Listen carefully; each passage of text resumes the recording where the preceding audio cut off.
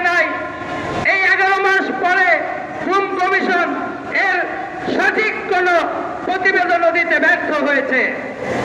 শুধু এটাই নয়, এদের সবকিছুই চলছে মেটিকুলাস ডিজাইনে।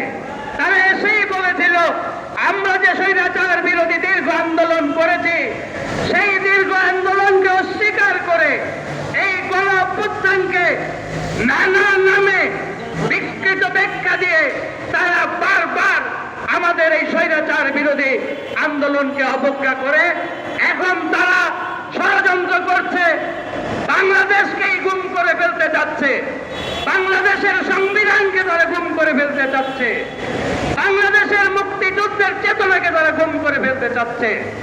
এমত অবস্থায় বাংলাদেশের সকল নাগরিককে এই অন্তর্বর্তীকালীন সরকারের এই জাহেলিয়াত দুঃশাসন থেকে মুক্তির জন্য আরেকবার রাজপথে নেমে আসার আহ্বান জানিয়ে এখন বক্তব্য রাখার জন্য আহ্বান জানাচ্ছে সোশ্যাল ডেমোক্রেটিক পার্টির আহ্বায়ক তরুণ উদীয়মান নেতা আবুল কালাম আজাদকে।